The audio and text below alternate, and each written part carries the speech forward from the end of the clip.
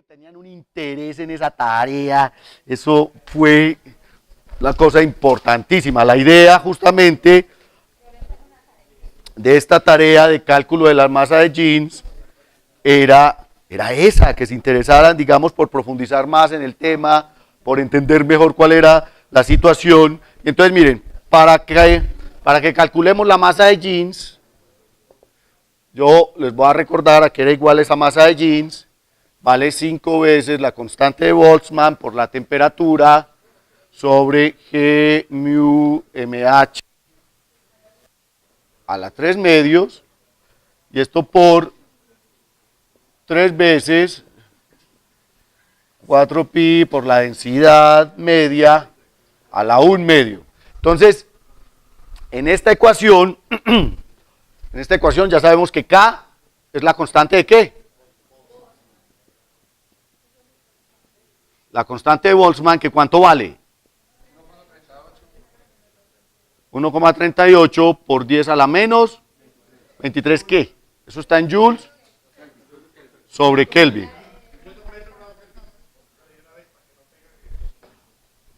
Esos son unidades de energía por grado, por temperatura. ¿Eso qué significa? Sencillamente es una constante que me relaciona la energía térmica de un sistema. En la medida en que un sistema tenga mayor temperatura, posee más energía. O sea, si yo subo 1 grado Kelvin, la temperatura de un sistema, la energía aumenta en 1.38 por 10 a la menos 23 joules. Esa es la idea de la constante de Boltzmann. Ahora, la temperatura absoluta, medida en Kelvin, esta G es la constante de Cavendish, 6.67 por 10 a la menos 11 newtons por kilogramo cuadrado sobre, no, al revés, metro cuadrado sobre kilogramo cuadrado. Y mh es la masa del protón, 1.67 por 10 a la menos 27 kilogramos. Así lo pones en 10 a la menos 24, son gramos. Pero normalmente uno pone todo en sistema internacional, entonces es 10 a la menos 27 kilogramos. ¿Ok? Es la masa del protón. ¿Por qué? Porque habíamos dicho que esto era una nube de hidrógeno. Por eso no te daba. Ahí está. Mu, sabemos, es la masa molecular media. O sea, es el promedio de la masa de las partículas en función de la masa del protón. Como tengo protones, esto es 1, ¿cierto? Como lo que tengo es protones, 1 sobre 1 me da 1. Exacto. Y aquí teníamos que calcular entonces la densidad media. Yo les había dado una densidad de partículas. Densidad de partículas que se denota como N. Y en este caso decía, voy a hacer el 1. El 2 lo dejamos, después ustedes lo revisan o Juan lo va a revisar igual.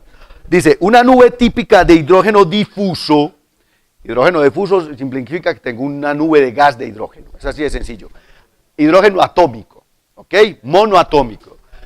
Se encuentra, primero me dieron la temperatura absoluta. Se encuentra a una temperatura de 50 Kelvin. Esa es la temperatura típica de una nube de hidrógeno difuso en el medio interestelar.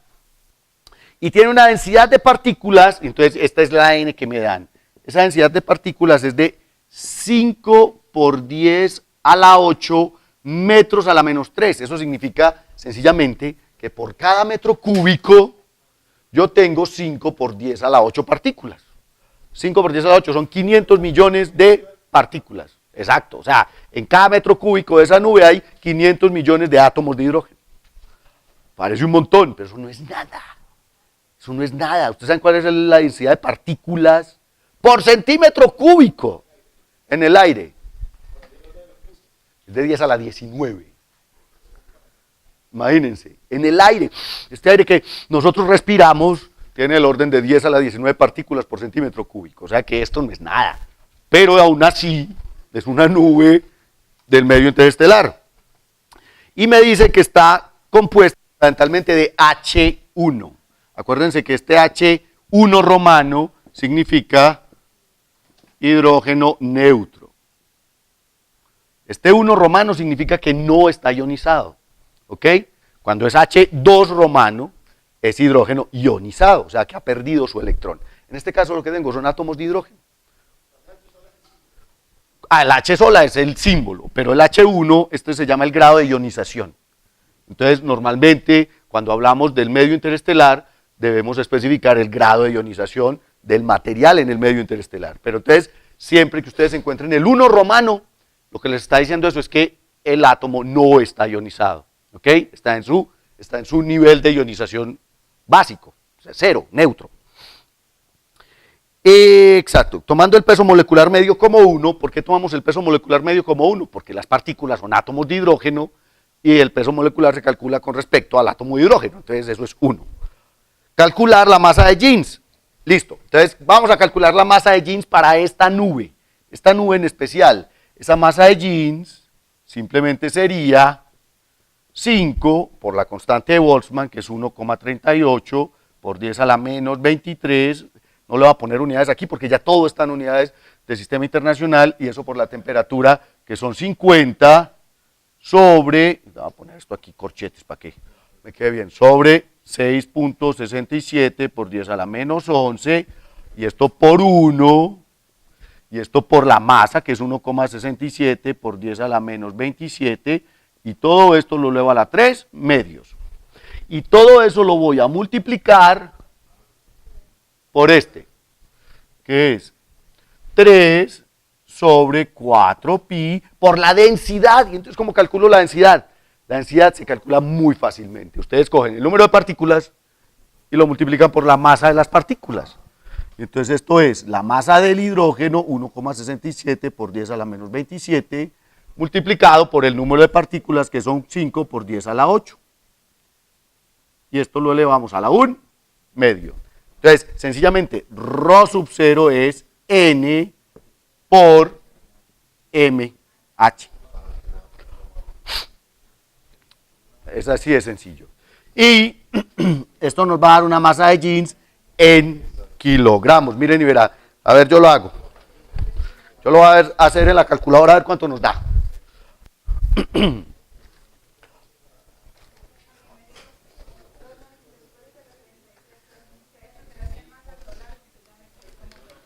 Espérate, verás.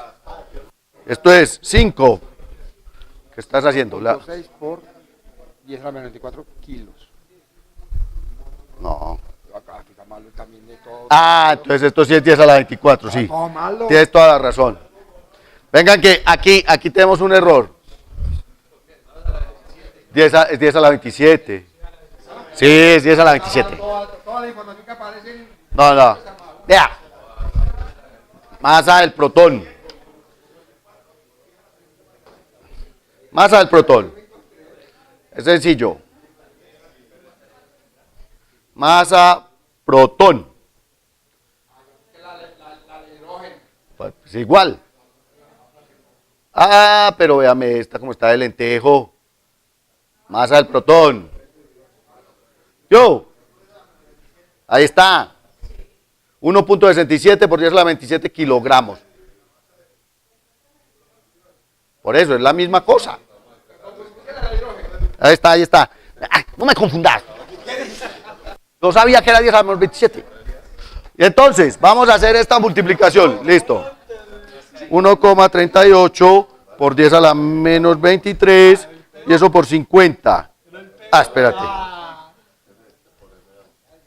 Listo, esto ya me dio, esto lo divido abajo por 6.67 menos 11 por 1.67 menos 27, y esto lo elevo a la 3 medios. ¡Tan! Ya tengo este de aquí, ¿ok? Este de ahí me da de este orden, de 10 a la 24, 5.45. Miren, este pedacito aquí me da 5,45 por 10 a la 24. Ese es el primer.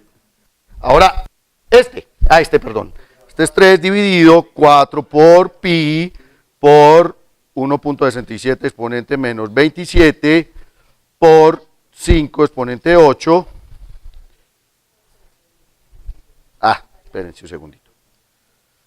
Y eso me da, y esto le saco raíz cuadrada. Elevar a lo medio equivale a sacarle raíz cuadrada. Eso me da 503. Espérense, yo lo pongo aquí así. 5.34 por 10 a la 8.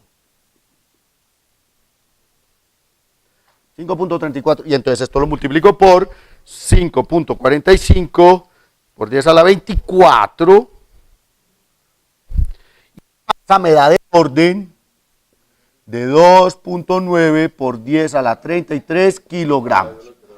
Si yo pongo eso en masas solares, lo único que tengo que hacer es dividir. Una masa solar es 1.98 por 10 a la 30. Y eso me da 1470 masas solares. O en kilogramos, ahí está. Esta masa de jeans es del orden de 1470 masas solares. Pero entonces miren cuál era el análisis que íbamos a hacer aquí. Aquí dice, las nubes de hidrógeno difuso tienen masas típicas del orden de 100 masas solares.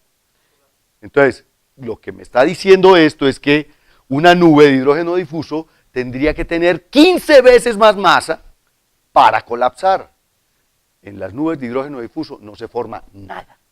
No se forma nada porque sus masas están muy por debajo de la masa de jeans.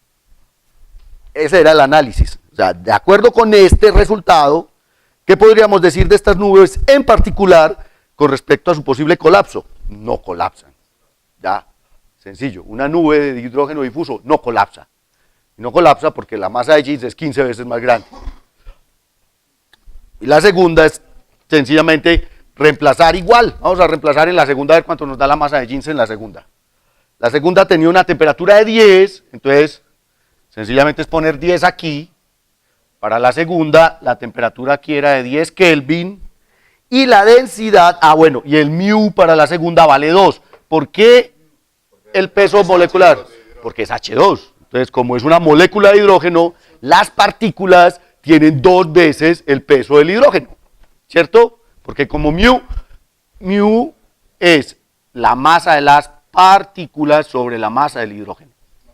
¿Ok? Entonces, si las partículas son moléculas de hidrógeno, tienen 2 veces la masa del hidrógeno. Entonces, mu vale 2. Ok. Y además de esto, tenía un eta o n que era de 10 a la 10, 1 por 10 a la 10. Entonces, calculemos la densidad.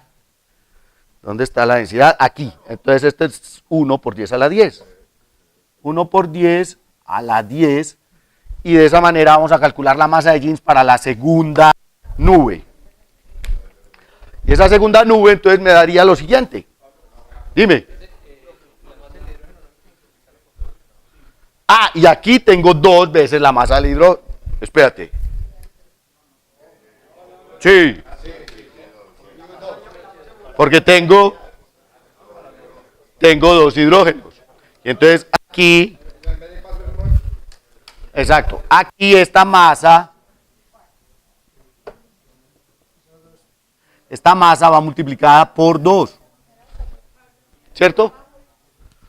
¿En dónde? Esto es 4 por ρ sub 0, pero el ρ sub 0 en este caso es 2 veces la masa del hidrógeno por el número de partículas. ¿Ok? Dime. A la masa solar ya no la sabemos. Porque una masa solar es 1.98 por 10 a la 30 kilogramos. Entonces, cuando el resultado lo dividís por eso, te dan masas solares. ¿Ok? No, es diferente, porque es que esto es masa y esto es peso molecular medio. Esto es adimensional. ¿Ok? Entonces, claro, ¿cuál es la masa que tengo en esa nube? En esa nube tengo toda esta masa. ¿Cierto?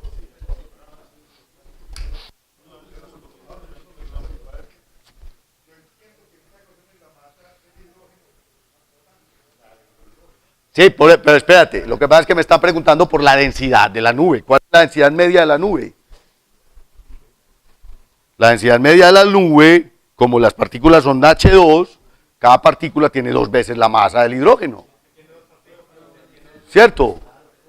Entonces, ¿cómo se define densidad? Es la cantidad de masa sobre el volumen. Si a mí me están diciendo el número de partículas es 1 por 10 a la 10 partículas y las partículas son moléculas de hidrógeno, es que miren cuál es la diferencia. Aquí me están hablando de una nube compuesta de moléculas de hidrógeno.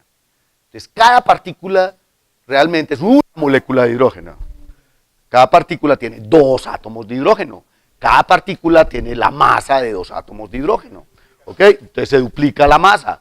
Entonces, cuando hacemos este cálculo, esto es 5 por 1.38 exponente menos 23 por 10. ¿Si era por 10? Sí, esa es la temperatura. Dividido 6.67 exponente menos 11 por 2 por 1.67 exponente menos 27 y todo eso lo elevo a la 3 medios y eso me da 1.72 por 10 a la 23. Este de aquí me da 1,72 por 10 a la 23 y vamos a ver cuánto me da este. Este me da sencillamente 3 dividido 4 por pi, 3 dividido 4 por pi por 2 por 1.67 exponente menos 27 y por 1 exponente 10. Y esto lo elevo, esto le saco raíz cuadrada, y eso me da 8.45 por 10 a la 7. Esto por 8,45 por 10 a la 7 multiplicado por 1.72 por 10 a la 23 me da del orden de 1.45 por 10 a la 31, 1,45 por 10 a la 31 kilogramos. Esta es la masa de jeans. Y entonces, si lo divido por la masa del Sol, esto dividido 1.98 me da 7 masas solares. 7.34 masas solares. Esta masa de jeans da del orden de 8, no de 7, está más cerquita del 7. 7 masas solares. Entonces miren que la masa de jeans en estas nubes es mucho más chiquita. Si yo tengo una región con 7 masas solares, ¡tan! Y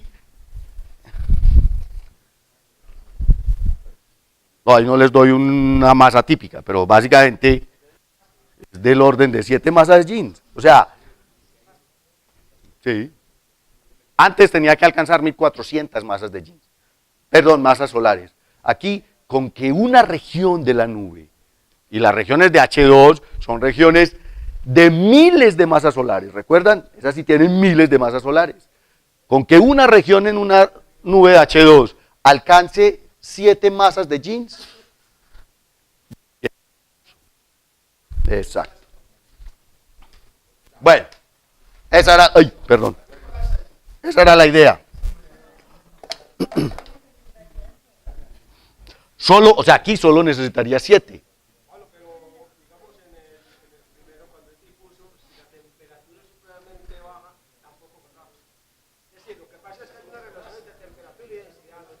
Claro.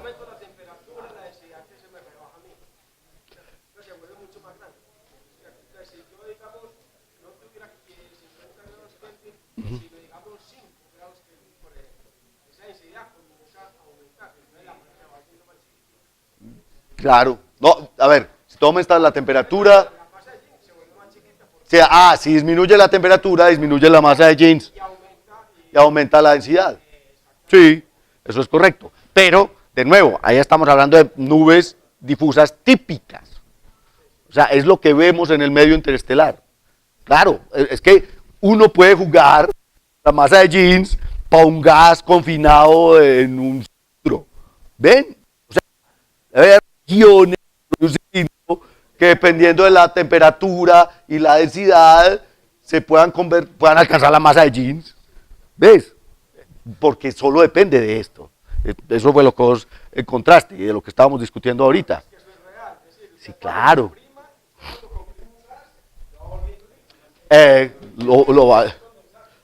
Exacto. En ese caso se habla de condensación. Ok. Bueno, vamos con lo que nos convoca el día de hoy. Ya el que hizo la tarea la hizo. No lloren sobre la leche derramada.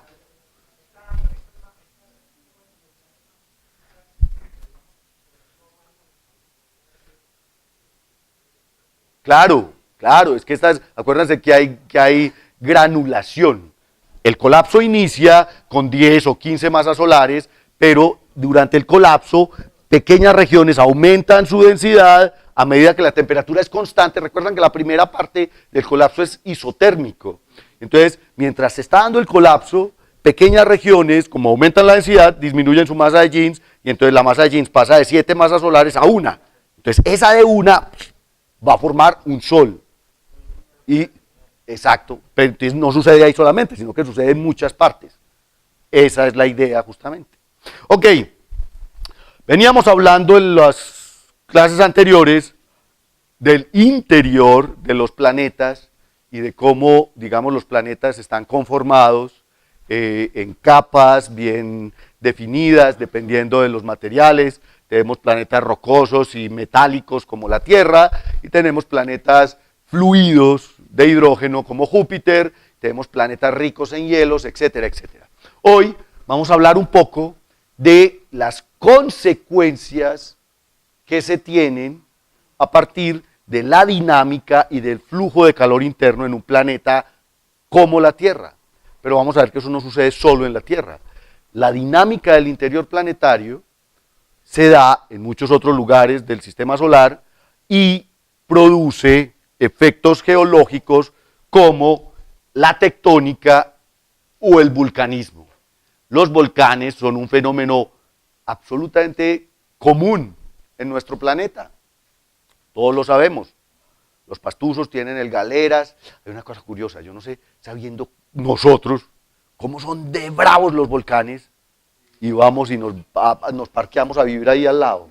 No, pero eso tiene una razón, y es que la fertilidad de los suelos.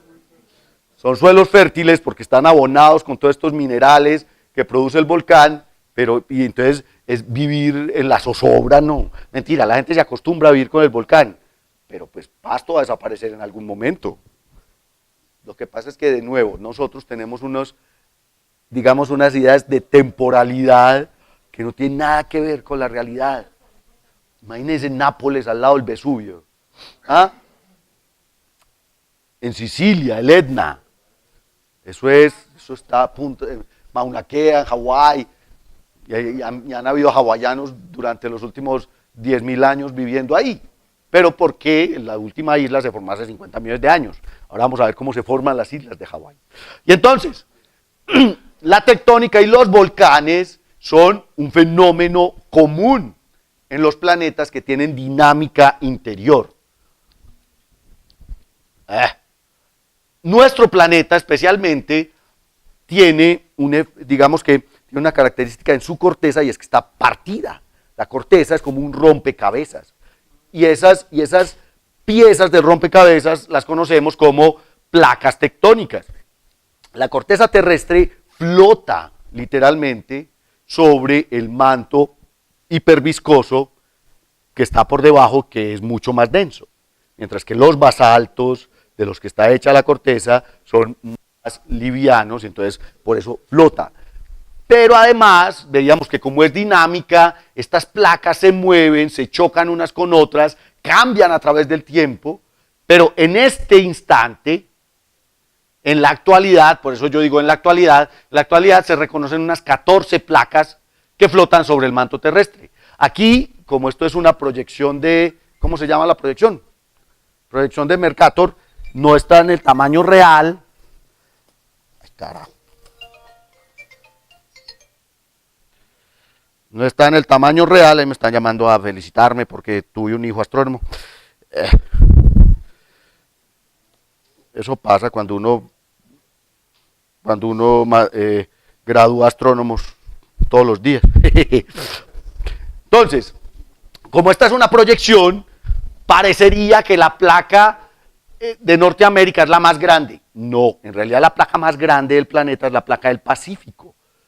Casi el 80% del Océano Pacífico se encuentra sobre una placa de corteza oceánica. Pero están placas tan grandes como la de Norteamérica o la de Euroasia. La placa euroasiática contiene a Europa y a Asia. Está la placa de Sudamérica, está la placa de África. Y miren que, por ejemplo, es muy curioso. El Océano Atlántico está sobre 4 placas. El Atlántico está sobre la placa de Norteamérica, está sobre la placa de Euroasia, está sobre la placa de África y está sobre la placa de Sudamérica. Repartido. Está una placa pequeña en el sur que se llama la placa escocesa, la placa de Nazca, que es la que produce los terremotos en Chile y en la costa pacífica colombiana, la placa del Caribe, que es la que produce vulcanismo en todas las Antillas, iba a decir las Indias, Antillas, entonces dije las Indias. En las Antillas del Caribe, la placa australiana, miren qué chistoso. Australia está justo en la mitad de la placa, por eso no hay volcanes en Australia. ¿Cuántas veces hemos escuchado hablar de una erupción volcánica en Australia? ¡Jamás! Por eso las rocas más antiguas del planeta las podemos encontrar en Australia, porque es una corteza que no se ha reciclado en los últimos 4.500 millones de años. Y debe ser mínimos, claro. Pero en cambio, por aquí en Indonesia, esto es un despelote. Está la placa de Norteamérica chocando y la del Pacífico metiéndose por debajo de las Filipinas, la de Norteamérica contra la de Eurasia, generan vulcanismo y terremotos en Japón, y por eso los japoneses viven temblando.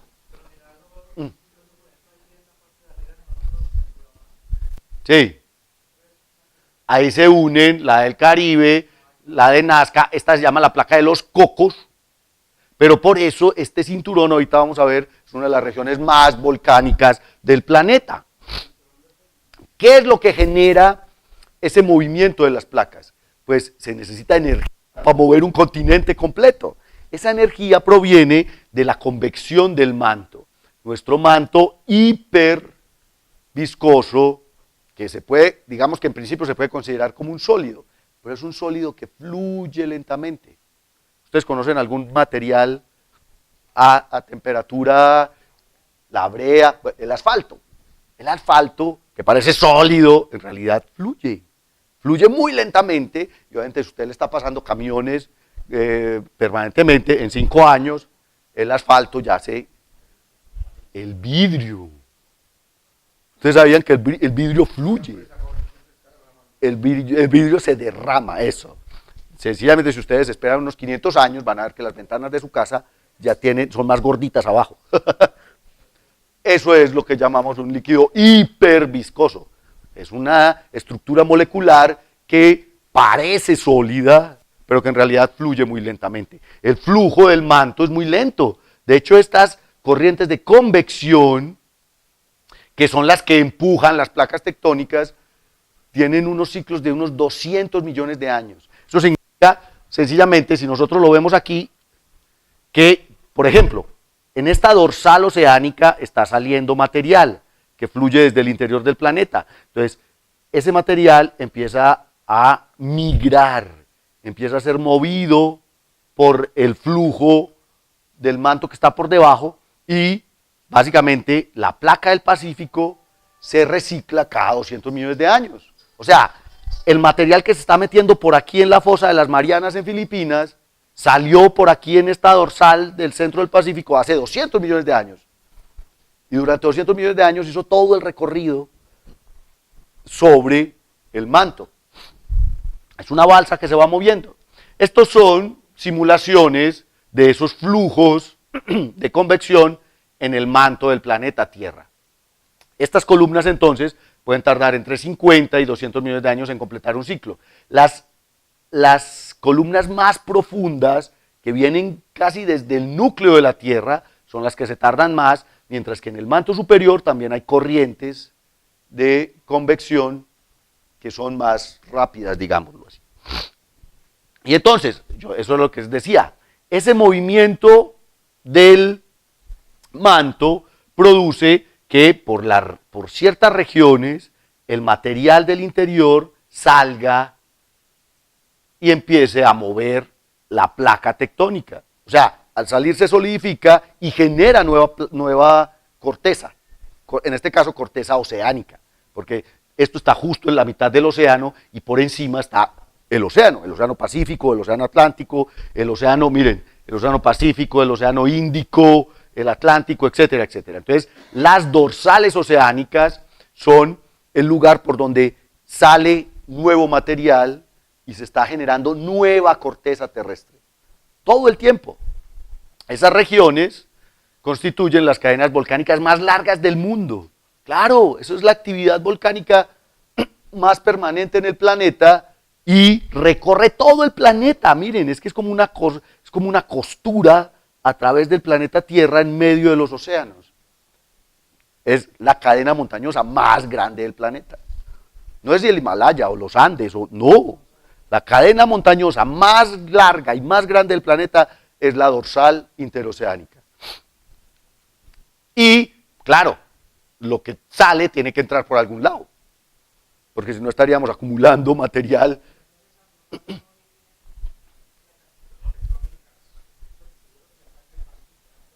No, pero mira que sí las dividen. Justamente, aquí están, mira, aquí está la placa del Pacífico, es todo esto, mírala aquí, en el mapa otra vez. Estos límites son la dorsal, ¿entiendes? Este límite, por eso es que les decía que el Atlántico está en diferentes placas, porque este límite entre las placas justamente es la dorsal, es por donde está saliendo. Y el otro límite, o sea, el límite del otro lado es por donde se está hundiendo, que conocemos como las zonas de subducción. ¿Dónde hay zonas de subducción? En toda la costa occidental de Sudamérica, ¿cierto? ¿Dónde hay zonas de subducción? En toda la costa oriental de Asia y por todo el norte de Australia. Todo esto son zonas de subducción. ¿Por qué? Porque la placa que sale nueva por la dorsal se tiene que meter por algún lado. Se hunde justo cuando choca con la corteza continental, que es menos densa. La corteza continental es menos densa, la corteza basáltica oceánica es un poquito más densa, entonces se hunde por debajo de la continental. La de Nazca. Sí, porque la del Pacífico empuja para allá y para acá, o sea, la dorsal del Pacífico me forma la placa del Pacífico y la placa de Nazca. Entonces, la placa de Nazca llega aquí y se choca con la placa de Sudamérica que está siendo empujada por la dorsal atlántica. ¿Ves? Claro, está saliendo material por aquí que empuja para allá y por aquí que empuja para allá. Entonces aquí, en este pedazo de la placa, yo tengo granitos y rocas que son menos densas que el basalto recién salido de la placa de Nazca, y entonces la placa de Nazca se hunde por debajo de la placa de Sudamérica y forma los Andes. Las cordilleras son sencillamente el arrugón del choque. Una buseta de Conatra contra un Volkswagen, forma cordilleras. ¿Sí o qué? El problema es cuando se le forman las cordilleras en el cráneo. Eso es una cordillera montañosa. Una cordillera montañosa es el arrugón del choque entre dos placas continentales, entre dos placas tectónicas. Y esto entonces está sucediendo todo el tiempo. Y esas son las regiones, justamente, en donde se genera vulcanismo. Mire, hay un vulcanismo generado por la presión, claro, en la medida en que esta empuja, presiona el material y el material busca por dónde salir. Por las grietas que encuentra entre la corteza, sale ese material fluido. Es como explotar barritos. Claro, por eso es que a uno le dicen, ¡ey, tenés un volcán! Pucha, ¿por qué me está dando uno? Yo no sé por qué en la mano. Ah, vos habías visto un barro en la mano. Sí. Eso es cáncer. Sí, nació un volcán, por eso se llaman así. Ah. Sí. Ahorita, espérate, es que no te me adelantes, ya vamos para allá. Entonces miren esto, el vulcanismo puede ser de origen de presión por esta subducción o porque justamente está saliendo el material desde el fondo. Entonces ese material empuja la placa oceánica por donde pueda y sale. Este proceso de formación de nueva corteza y de subducción recicla la atmósfera del planeta. Es fundamental para la vida. Un planeta sin tectónica pierde, por ejemplo, no puede reciclar los materiales de la atmósfera. Lo que pasó en Venus. El CO2 en la atmósfera aumenta y el planeta se calienta.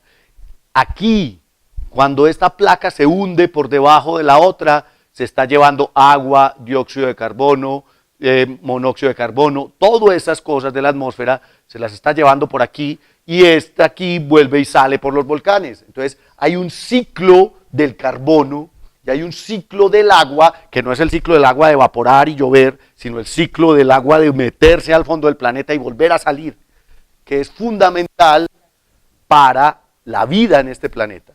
¿Okay? Entonces esto es muy importante. La tectónica es el mecanismo por el cual se reciclan los materiales de la atmósfera planetaria. Existen puntos dentro del manto de la Tierra en donde hay chorros, columnas de flujo, que ya no son las columnas normales, digamos, de convección, sino que es un lugar entre el sancocho, por donde sale el pollo directo desde el fondo hasta arriba. Eso se llaman plumas. Las plumas vienen desde el núcleo, es material hipercalentado en el núcleo de la Tierra, que obviamente al calentarse disminuye de densidad y sube directamente hasta la placa tectónica, o sea, hasta la corteza terrestre, y entonces, claro, cuando llega aquí choca y empieza a empujar a salir, genera basaltos, pero además empieza a generar conos volcánicos. Y entonces, ¿qué es lo que sucede? Esto es lo que sucede en Hawái. Justo debajo de Hawái hay una pluma.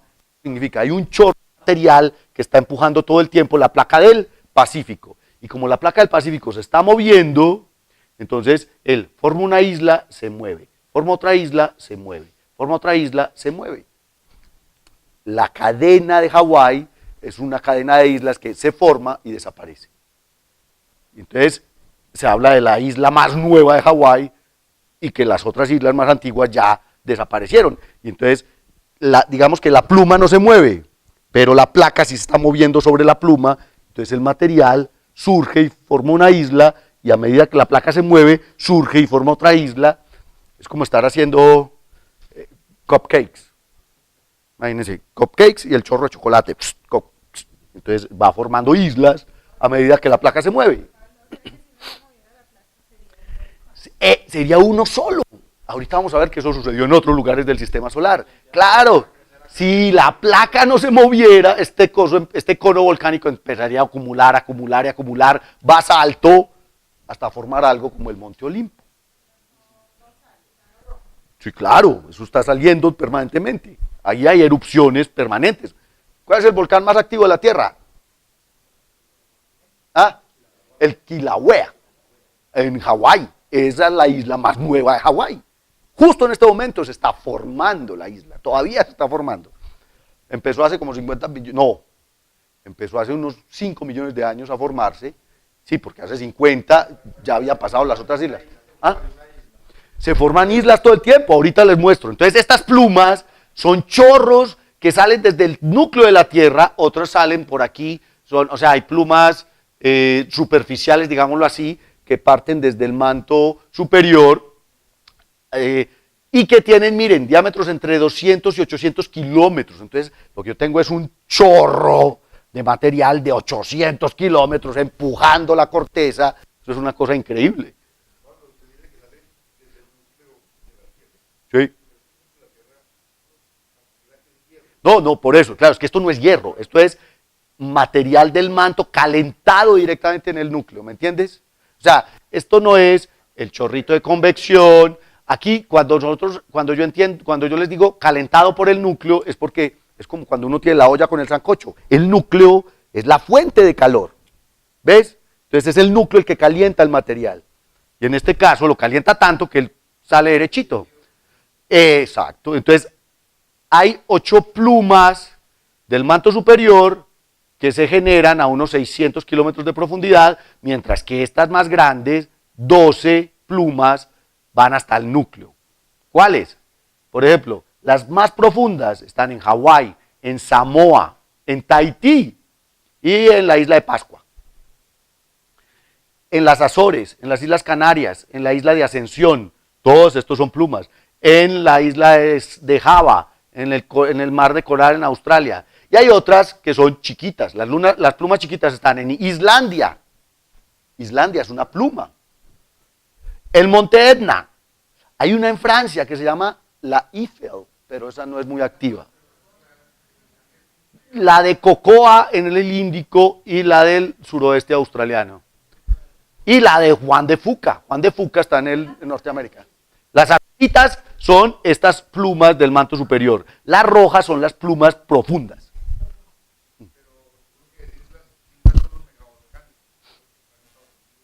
No, esos son otros. Vamos a ver, los megavolcanes son diferentes. Sí, una cosa son las plumas y otra cosa es lo que se llaman las calderas. Una caldera de lava que está a punto de explotar. Simón. No, eso es sencillamente porque es material calentado directamente por el núcleo que disminuye su densidad y sube rápidamente. Es un fenómeno termodinámico. Pero la diferencia es cómo se calienta. Depende de si tú lo haces por convección o lo haces por conducción, etcétera. O sea, básicamente es un fenómeno termodinámico. Es un fenómeno de que en ciertos lugares la transferencia de calor es más eficiente. Es así de sencillo. Y volvemos a la película del núcleo, yo tengo que entrar al núcleo por una pluma de esas. Podría ser. Claro, porque ahí sí me lleva derechito. Sería el río, el río, ¿cómo se llama el río que lleva al infierno? El Estigia, exacto. Ok, ahora miren, toda esa dinámica interior genera fallas porque parte, resquebraja la corteza y es la que genera los terremotos. Yo les había dicho que la falla, posiblemente el Valle Marineris en Marte, es la falla más grande de Marte y es gigantesca, pero no es la falla más grande del sistema solar. La falla más grande del sistema solar se llama el Valle del Rift en África, de donde surgió el ser humano. El Homo sapiens surgió cerca al Valle del Rift en Etiopía. El Valle del Rift parte el continente africano desde el Mar Rojo hasta Sudáfrica y es la falla más grande del sistema solar. Y sencillamente, ¿qué es lo que sucedió en el Valle del Rift? Hay material empujando desde abajo que debilita la corteza y entonces el suelo se hunde. Se hunde y forma estos grandes cañones. Otro tipo de fallas se forman cuando se chocan dos placas. La placa de, ¿cómo se llama esta? La de Juan de Fuca.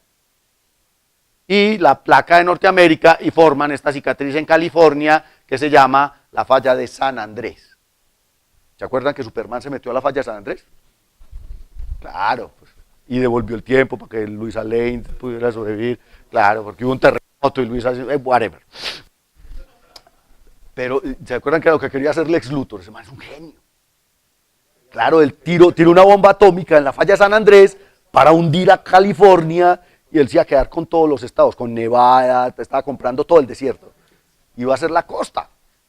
Eso va a suceder en cierto momento, no por una bomba atómica, por Lex Luthor, pero la dinámica planetaria va a terminar hundiendo a California. Esto es la falla de San Andrés, que es típica. Entonces, en estos lugares de colisión de placas se dan los terremotos y los tsunamis. ¿Qué es un tsunami? Un maremoto. El tsunami sencillamente es dos placas se unen, una trata de empujar a la otra y entonces eso empieza a acumular energía y tú empiezas a acumular energía y de pronto ¡pim!, se libera. Imagínense cuánta energía se necesita para mover un continente. En un terremoto perfectamente, toda la placa suramericana se puede mover 30 centímetros. De una. Se mueve unos 2 centímetros por año. Imagínense de una moverlo 30 centímetros. ¡Pa! Esos son los megatones de energía liberada. Entonces esa energía levanta continentes incluso, esa energía transmitida a un fluido como el océano, pues genera una ola. Eso es un tsunami. Una ola sencillamente es la energía de un terremoto a el océano que genera una ola que empieza a viaja del orden de 200 kilómetros por hora, o sea, la velocidad de un avión. Y el problema es que mientras ella está en mar profundo, como la amplitud de la ola es tan grande, pues no se nota. Pero a medida que llega a la placa continental, a lo que se llama el mar territorial, la plataforma continental, claro, él pasa a una profundidad mucho menor, la amplitud de la ola aumenta para poder mantener la velocidad y táquete, ahí le cayó a los cartageneros. No, mentiras, esto siempre pasa en Estados Unidos. ¿Sí o qué? ¿Quién ha visto, o en Japón, claro, esto sucede en ciudades importantes, Tokio, Nueva York, ¿cuándo va a suceder eso en Barranquilla? Pero eso no sale en las películas. Imagínate, el tsunami de Tumaco en Hollywood, no hombre. Esto siempre le pasa a los gringos. Los meteoritos le caen a los gringos, los extraterrestres van y invaden a los gringos. Todo le pasa a ellos. Nosotros no tenemos de qué preocuparnos. Esto sucedió un par de veces en Tumaco, ha pasado en Chile, ha pasado en el Japón, ha pasado en Indonesia, que mató 280.000 personas. ¿Saben por qué mató 280.000 personas el tsunami del 2004 en Java? Por sapos. Todo claro, el mar se devolvió 400 metros y todos, ¡ay, mira! ¡Ah! Claro, turistas gringos. ¿A quién mató? A los turistas gringos. Por sapos, por soperos, eso le decía uno a la mamá. No sea sopero. A los soperos les pasan cosas. Claro, ahí está. Cuando usted vea, usted está en Cartagena soleándose. Si usted ve el mar recogerse, corra, súbase hasta el Cerro de la Popa al trote si quiere, porque esa vaina viene hasta donde pueda, al lugar más alto que encuentre. ¿No? Un árbol, olvídese. Súbase hasta la Sierra Nevada porque corra. Hay otra manera de generar tsunamis. O sea, además de los terremotos, hay otra forma de generar tsunamis.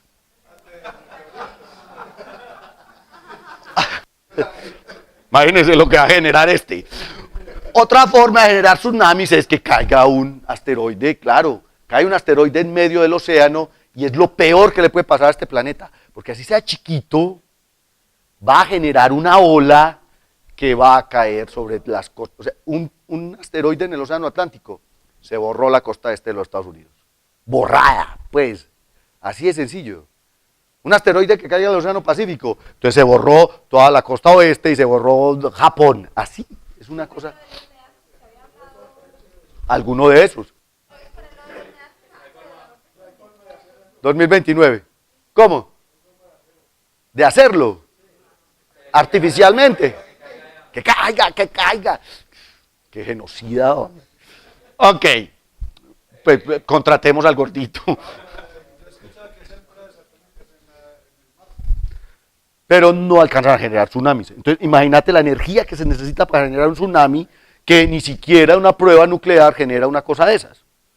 Porque las hacían. En Bikini, en el atolón de Bikini, en el 57, explotaron una bomba de 80 megatones.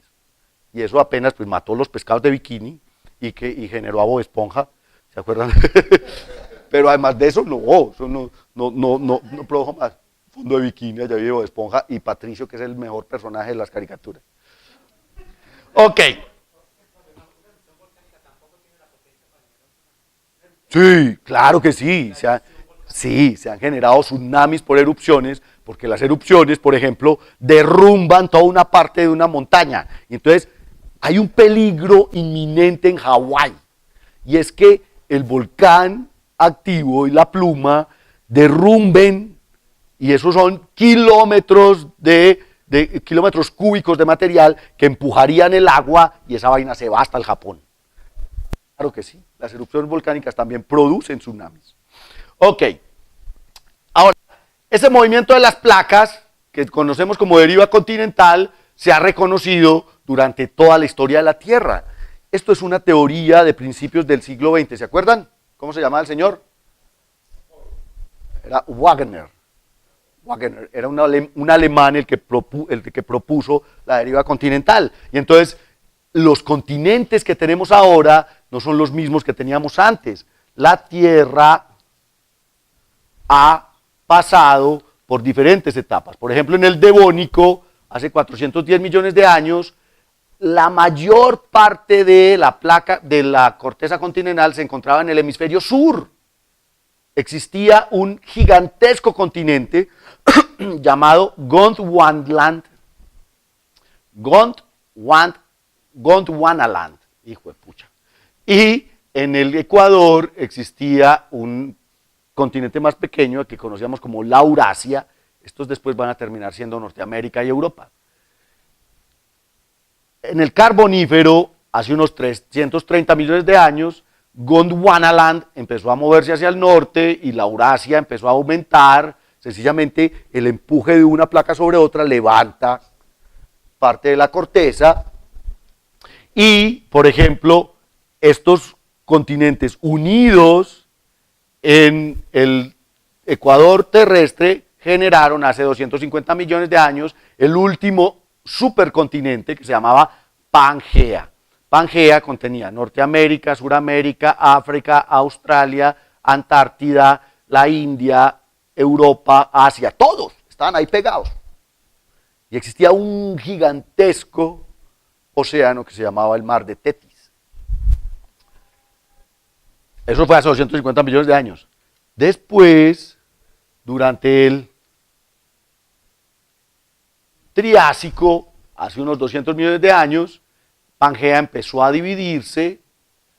Durante el Jurásico, mientras Spielberg filmaba la película, ya se reconocía Norteamérica, Suramérica, África, Antártida, Australia, por aquí se despegó Madagascar. Madagascar era un pedacito entre la Antártida y África que quedó separado. Y entonces por eso es que las especies de Madagascar son especies, se llaman endémicas, ¿no? Sí, solo son de ahí, porque hace 100 millones de años se separaron y siguieron evolucionando ya solitas.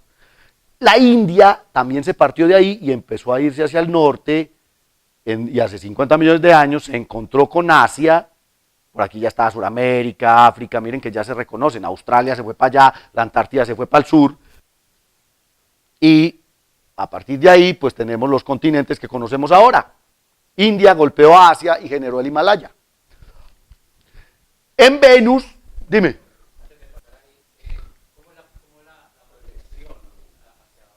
Ay, ahorita la buscamos. Déjenme que yo voy a buscar. Hay un video de cómo va a ser la Tierra en 250 millones de años. Los geólogos simplemente modelan, dependiendo de la dirección del movimiento de las placas, cómo serían el próximo supercontinente. A ver dónde compramos, ¿sí o qué? Claro, eso es puro negocio de finca raíz.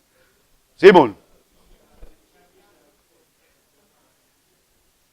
No tenemos registros.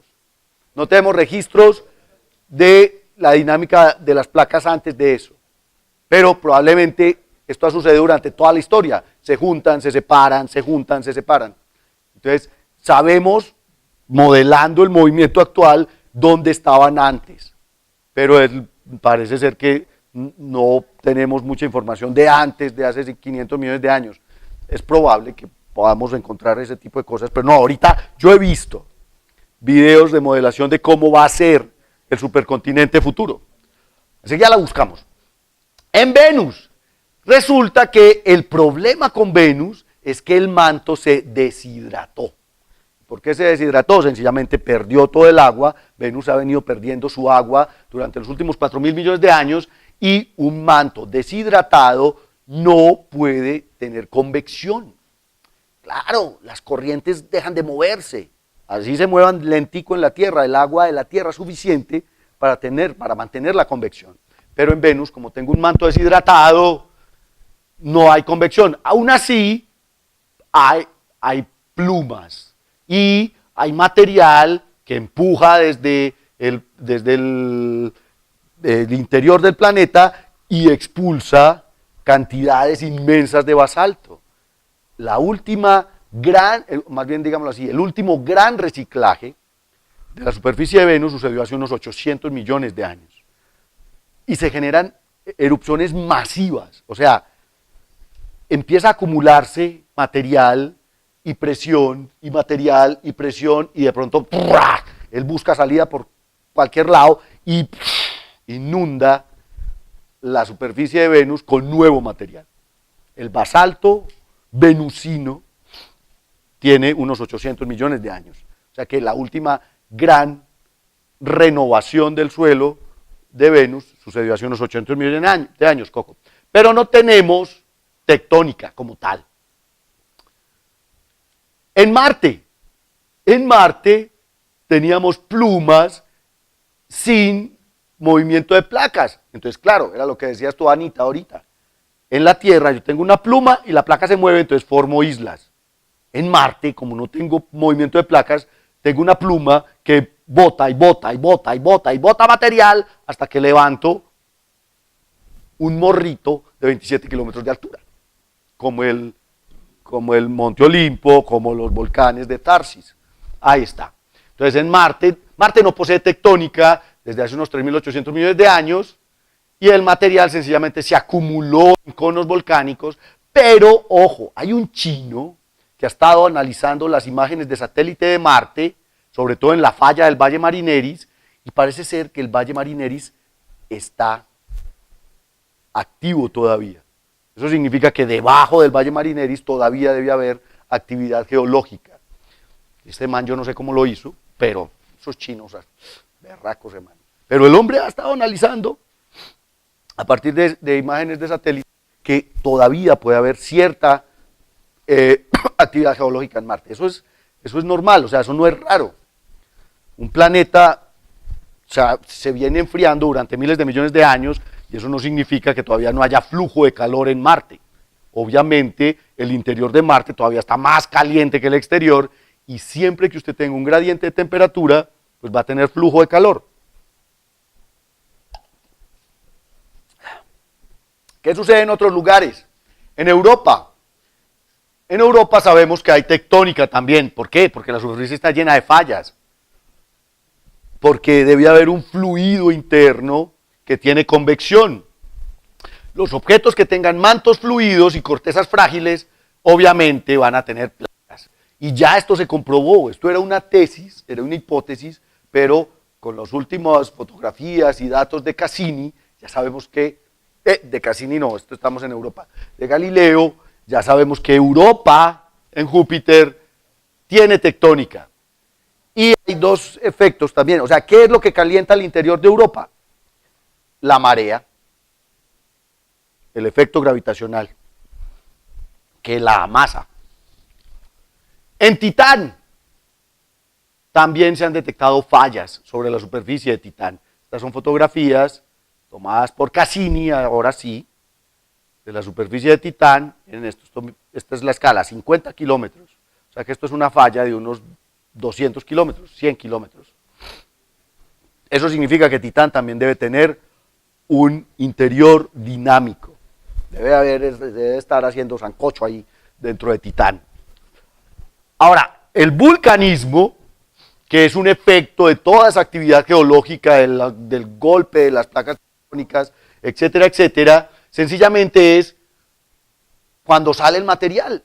¿Qué significa vulcanismo? Que está saliendo material del interior. En cualquier lugar donde salga material del interior del planeta, hay un volcán. Como el de Arboletes. ¿Sí o qué? Pantano, pero es material del interior, tenemos volcán. ¿Sí o qué?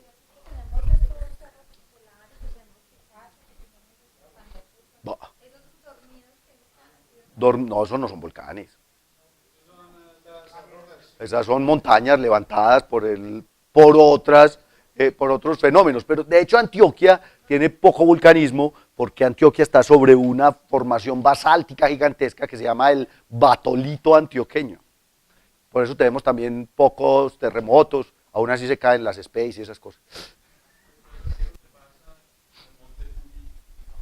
El monte Fuji es un volcán típico, es típica actividad volcánica generada por subducción. La placa del Pacífico se está metiendo por debajo de la de Asia, empuja el material y ese material salió por el monte Fuji. Eso es. O sea, un cono volcánico es el lugar por el que sale el material. Es así de sencillo. Entonces, desde Mercurio hasta Tritón hay evidencias de flujos del interior de planetas en todo el sistema solar. Hay unas que todavía son activas, hay otros que ya no tienen actividad, pero ahí está la evidencia. Se han formado conos volcánicos por todo el sistema solar. Estos son ejemplos de muchas erupciones volcánicas en la Tierra y de cómo es la estructura interna de un volcán. Ahora, pensemos en esto. Un volcán está en la corteza. El volcán es un conito de material que se forma sobre la delgada corteza de la Tierra, que es un efecto de todo el empuje de material que hay por debajo y que viene desde el manto o desde el núcleo, en el caso de las plumas. En la Tierra, ¿dónde se forman los volcanes? En las zonas de subducción. Cuando una placa se hunde por debajo de la otra, empuja a esta placa, empuja este material y este material simplemente busca por dónde salir. Es así de sencillo. Claro, es que vos estás empujando y esa vaina sale por algún lado. O por eso. Sino donde la placa sea delgada y tenga una pluma empujando por debajo. Eso es. O sea, el volcanismo es una cuestión de presión. Estoy presionando la placa hasta que ella se rompe, se fractura y por ahí saco material. Entonces, la salida de material se produce a través de las dorsales, por ejemplo, y por encima de las placas continentales debido al empuje de la subducción. Entonces, claro, ¿dónde tengo volcanes? En todo Sudamérica, incluyendo los pastusos. Tengo toda Centroamérica, en todo Norteamérica, en todo Alaska, toda la costa, en el Japón, por aquí en Indonesia, en Indochina, en la barrera de coral australiana. Todo esto es dado por la subducción. Aquí, África está empujando a Europa, a Euroasia, entonces ahí genero volcanismo, aquí tengo plumas. Aquí, la falla del Rift, miren esto, el Kilimanjaro, en África, es efecto de este vulcanismo del este africano. Hay volcanes en todo el planeta. Deberían ser vulcanes, hablamos de vulcanismo. Es todo esto, mira. Es todo esto es el cinturón de fuego del Pacífico. De nuevo, recuerda que esto es una proyección, entonces esto de aquí está más cerquita de acá de lo que parece. Eso es un cinturón de fuego. Las placas y los volcanes están relacionados por todo el planeta. Aquí están las dorsales y aquí están los cinturones de vulcanismo y están obviamente los lugares de subducción. Todos los puntos azules, todas estas líneas azules son bordes de subducción. Dime.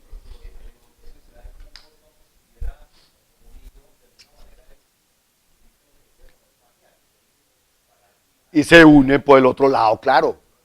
Sí, o sea, los continentes yo creo que hacen cosas como esto. Se juntan por un lado y luego se juntan por el otro porque se están moviendo todo el tiempo. Esta es una maravilla de mapa que ustedes pueden buscar, es de la NASA, como ven ahí, y es un mapa digital de la actividad tectónica de la Tierra. Uno lo puede buscar en internet y puede espichar en todas partes y le da a uno información de los volcanes, de la región. El Galeras es un volcán famoso. Los colombianos no sabemos mucho, pero el Galeras le llaman el matavulcanólogos. Y vulcanólogos famosos, el director de vulcanología y decano de geología de Harvard, murió en Pasto.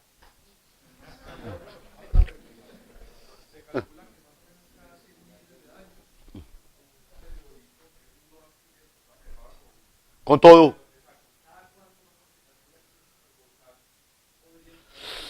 Es más difícil, pero si hay datos, mira, espérate, verás. Vamos a ver cuál es la idea. Ya voy para allá, Pablín. Miren esto. La forma entonces en que el material del interior busca salir se llama intrusión. Intrusión es que empujar, como cuando uno está empujando con una jeringa, pero la diferencia es que la jeringa tiene un solo huequito. Si uno tuviera una jeringa con muchas cosas irregulares, habrían volcanes, se formarían estas burbujas de magma que son las que empujan hipervolcanes, etcétera, etcétera. Hay muchas formas, digamos, por las cuales el material desde el interior empieza a empujar y va fragmentando la corteza. Hay lugares menos densos que entonces se forman gigantescas burbujas de magma que encuentran salida y generan flujos permanentes, o incluso entonces se forma un canal de escape y esto forma un cono volcánico. Es básicamente la dinámica de presión del interior que forman los volcanes. Y entonces hay lugares donde se acumula ese material y estas hiperburbujas empiezan a empujar, y empiezan a empujar, y empiezan a empujar, y de vez en cuando, ¡kabum! Ha sucedido varias veces. La más famosa, y la que esperamos explote pronto, está en Yellowstone, en los Estados Unidos. Si explotara Yellowstone, miren la región que afectaría directamente. O sea, explotó e inmediatamente toda esta región de los Estados Unidos, o sea, los Estados Unidos, serían afectados directamente por la explosión. Eso es una vaina absurda. Miren esto. Comparativo en volumen de las erupciones. Yellowstone ha explotado varias veces. Y entonces, aquí tenemos explosiones famosas de volcanes, como el del Monte Santa Elena, que explotó en 1980 y que emitió 0.24 kilómetros cúbicos de material. Eso no fue mucho, pero mató a 2 expresidentes de los Estados Unidos, que tenían finquita allá, hombre, imagínate. Se retiraron y es que para estar en paz y el Santa Elena, tenga, les cobró a Vietnam. En el 80, en 1980. El Krakatoa, que fue muy famoso en 1883, emitió 4.3 kilómetros cúbicos. Mentira, esto está en millas cúbicas. ¡Huepucha! Son millas cúbicas. El Masani, que explotó hace 7.600 años, emitió 18 millas cúbicas de material. Y estas son explosiones del Yellowstone. Hace 1.3 millones de años se calcula que emitió 67 millas cúbicas. Hace 640.000 años también explotó el Yellowstone. O sea, esta fue antes, está luego. 240 millas cúbicas de material. 240 millas, piensen en eso. 200 millas cúbicas son 1.000 kilómetros cúbicos. O sea, coger un cubo, 1.000 kilómetros de lado, que eso sí es una erupción, parce. Nah, nosotros no tenemos supervolcanes. No, yo no conozco ese. No sé, o sea, ¿en dónde?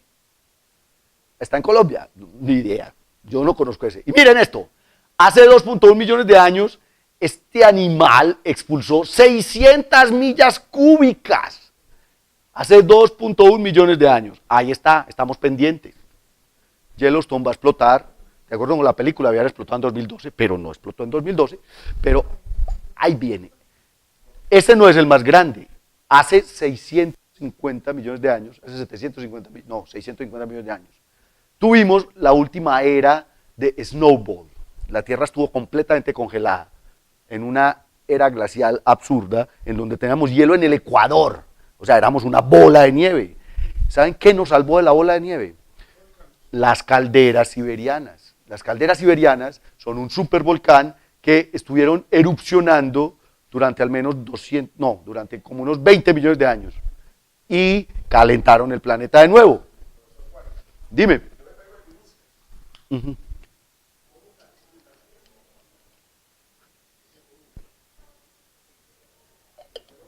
con los basaltos y los basaltos les toman la edad y entonces, claro, encuentran basalto de esta erupción del Yellowstone en Canadá. Entonces, para que esa vaina haya llegado a Canadá, los vulcanólogos calculan cuánto material tuvo que haber expulsado. Exacto. Claro, por eso mira, calculan el área dependiendo de la energía del volcán, hasta dónde puede llegar el material, la espesor de la capa que formó, entonces devuelven la explosión.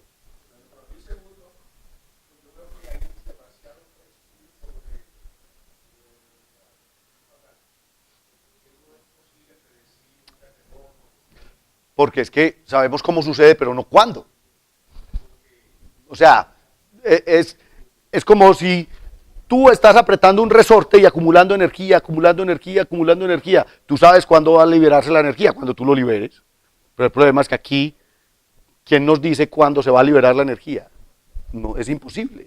O sea, todos estos charlatanes que predicen terremotos, no, pero miren esto, ahora estamos haciendo un proyecto con una estudiante de doctorado del grupo que es en geología.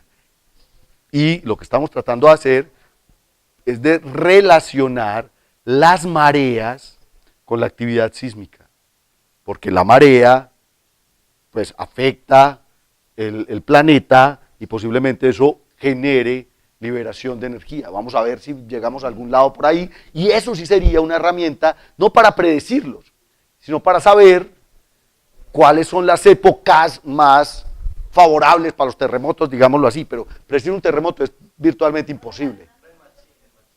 El Machina, Machín, así se llama, pero no es un supervolcán, es un volcanito subdesarrollado, hombre. Supervolcanes son estos, vean, los 7 magníficos. Los 7 magníficos son, miren, la caldera de Yellowstone, es una vaina que tiene cientos de kilómetros. ¿Dónde están? Una cosa son las trampas siberianas en Rusia, que nos salvaron de una era de hielo, Long Valley en California, Estados Unidos, Lake Taupo en Nueva Zelanda, Lake Toba en Sumatra, el lago Toba explotó hace 63.000 años y casi, hace 74.000 años y casi elimina a la especie humana, el Valle Grande en Nuevo México en Estados Unidos, Yellowstone en Estados Unidos, La Garita en Estados Unidos, o sea que básicamente Estados Unidos está llevado al berraco. Tienen 4 supervolcanes a punto de. Uno puede desencadenar. No, más bien, si vos liberas la presión por un lado, posiblemente los otros se relajan. Claro. Uy, sí, una explosión de estas va a afectar todo el planeta. Es que el problema es este. Dependiendo de la energía, se genera algo que se llama un invierno volcánico. ¿Qué es lo que pasa cuando explota un supervolcán? El material, sobre todo el más fino, llega hasta la estratosfera y entonces tapa la luz del sol. Tapar la luz del sol significa disminuir la temperatura, se llama invierno volcánico. Y segundo, acabar con la fotosíntesis. Entonces, ajá.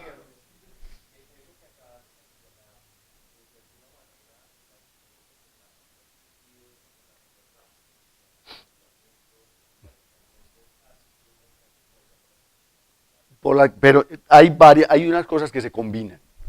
Las eras glaciales, por ejemplo, dependen de la distancia al Sol, porque hay unos ciclos en que la órbita de la Tierra cambia de elipticidad y el eje de rotación también varía. Entonces, eso combinado genera algo que se llama los ciclos de Milankovitch, y eso genera eras glaciales. Pero ha habido épocas en que se suman todos los ciclos de Milankovitch, la Tierra se congela, porque hay baja actividad geológica. Cuando disminuye la actividad geológica, significa que empieza a caer el nivel de dióxido de carbono en la atmósfera. Si no hay vulcanismo, no estamos emitiendo dióxido de carbono a la atmósfera. Y entonces, no hay efecto invernadero.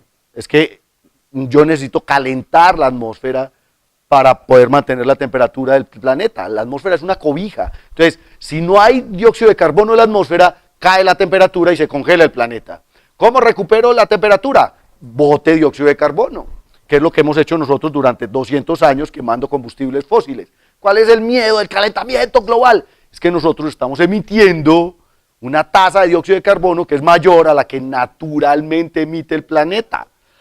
A pesar de que ha habido épocas en que ha emitido muchísimo más y ha habido épocas en que el planeta ha estado más caliente. Así como estuvo congelado hace 700 millones de años, hace 150 millones de años no habían placas, no habían polos. Pues estaban los polos, pero no había casquetes polares. Siberia y Antártida eran selvas tropicales, porque la temperatura promedio del planeta era de 22 grados centígrados. Los dinosaurios vivían en un planeta caliente. Entonces, ahora el miedo del calentamiento global moderno es que se derrita Groenlandia y se inunde Nueva York. Pues,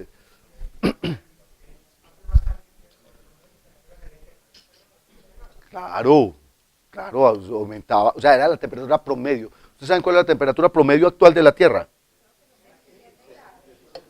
13. Entre 13 y 14 grados.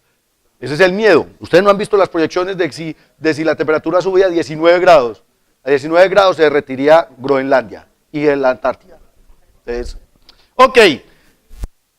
El problema entonces del material expulsado por los volcanes es que tapan el sol. Y entonces, por ejemplo, el Krakatoa en 1883 produjo lo que se llamó la pequeña era de hielo en Europa. Hubo un invierno en que no se derritió el hielo al llegar a la primavera, porque sencillamente el material del Krakatoa que explotó por allá en Indonesia estaba sobre todo el planeta. Eso es otra cosa. Las corrientes de aire y la dinámica atmosférica se llevan este material a través de todo el planeta. De ese tipo de cosas. El Tambora en 1815 causó nevadas en Nueva York en junio. En plena llegada del verano. Imagínense uno en verano y nevando en Nueva York. Eso es un invierno volcánico. Y posiblemente el invierno volcánico histórico más importante que conocemos lo produjo el lago Toba, que es un supervolcán. Miren las comparaciones. Este es el Tambora, este es el Krakatoa, este es el Monte Santa Elena, este es el Chichón en México que explotó en 1942. Esta es la explosión del Toba. Pues, estos son papeletas y esto es una bomba. ¿Qué? Esto es una papeleta, esto es una papa de la Antioquia, y esto es una bomba nuclear. Escucha, es que miren esta explosión. 2800, ¿en qué estará midiendo eso ahí? Ahorita lo vamos a ver porque uno puede medir la energía. La idea es que esta vaina creó un invierno de 6 años, deforestó Asia y África y casi extinguió al Homo sapiens. En esta época nuestra especie había acabado de salir de África, hacía apenas unos 50.000 años, y estábamos caminando por el sur de Asia, digamos, conquistando el mundo. Esa fue la primera conquista del Homo sapiens. Explotó esta vaina, y pongan atención, hubo un momento durante la época de la explosión del Toba que la especie se redujo a 10.000 individuos. No, pues, compare, ahora somos 6.000 millones, no, pero en esa época podían ser del orden de unas decenas de millones. Pero igual 10.000, solo 10.000. Es que solo 10.000 estuvimos a punto de extinguirnos. Una especie moderna que tenga solo 10.000 individuos, ya. Lo bueno es que nos gusta reproducirnos y eso aumentó la población rápidamente. Pero miren, la explosión del Toba fue tan intensa que la capa de ceniza en Pakistán era de 5 metros de altura. La capa de ceniza producida por el Toba en Pakistán alcanzó 5 metros de altura. Ahí está. ¿Cómo lo miden? Se fueron los geólogos para Pakistán y encontraron una capa de ceniza de 5 metros de profundidad producida en el 73.000 antes de Cristo. ¿Quién produjo esa vaina? El Toba. Es una cosa increíble. Hay volcanes en Marte, como les decía ahorita, que son producidos por plumas, se extinguieron hace más de 3.700 millones de años y son los conos volcánicos más grandes del sistema solar, pero se formaron porque teníamos una pluma empujando material y no tenemos tectonismo, y entonces la placa está quieta.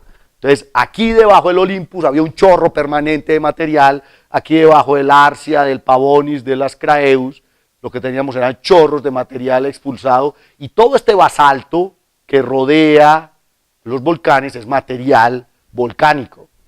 En Io, pongan atención, ustedes pensaban que la Tierra era activamente volcánica, activamente volcánica, ¿cómo se dice? Io es el lugar más volcánico del sistema solar. Simón. No, ya no. Eso se apagó hace rato. Pero en Io, actualmente, se conocen más de 400 volcanes activos. Ustedes dirán, no, pero en la Tierra hay más de 400 volcanes. Sí, pero es que hay volcanes en Io que un solo volcán, Loki, produce más lava que todos los de la Tierra juntos.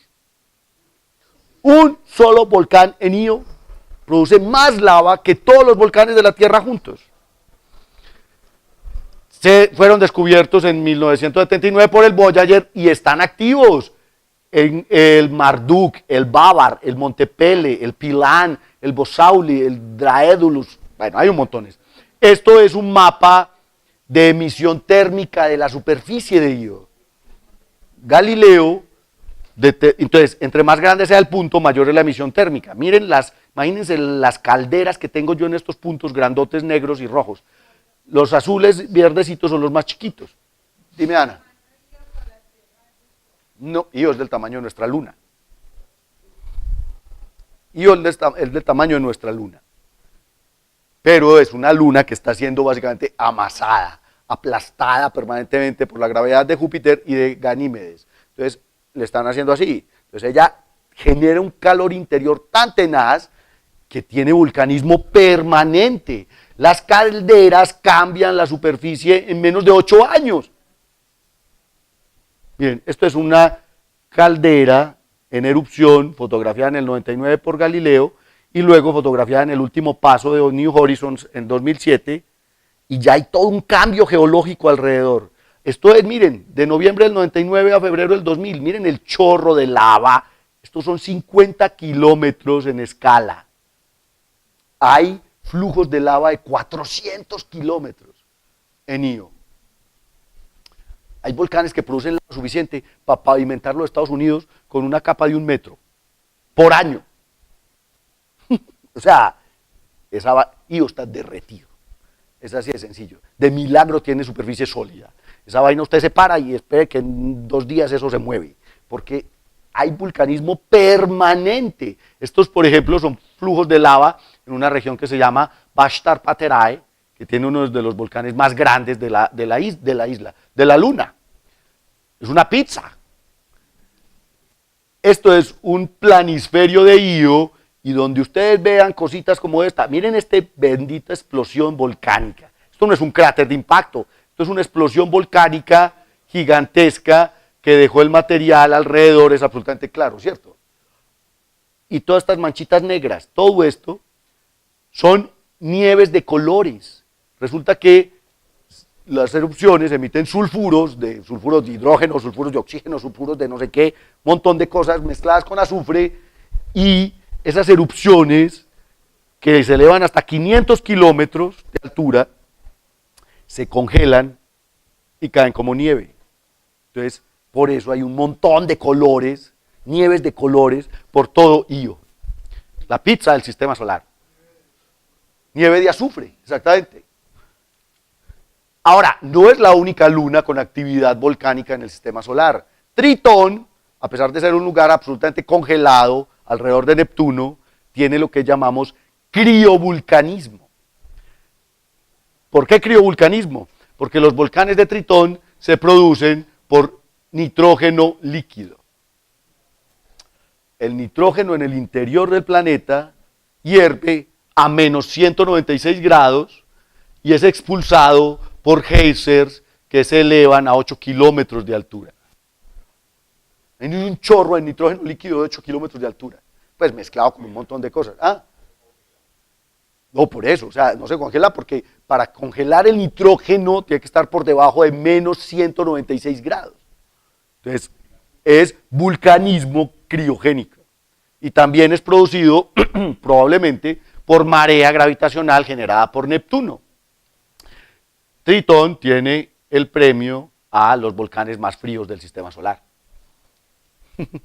Pero hay vulcanismo.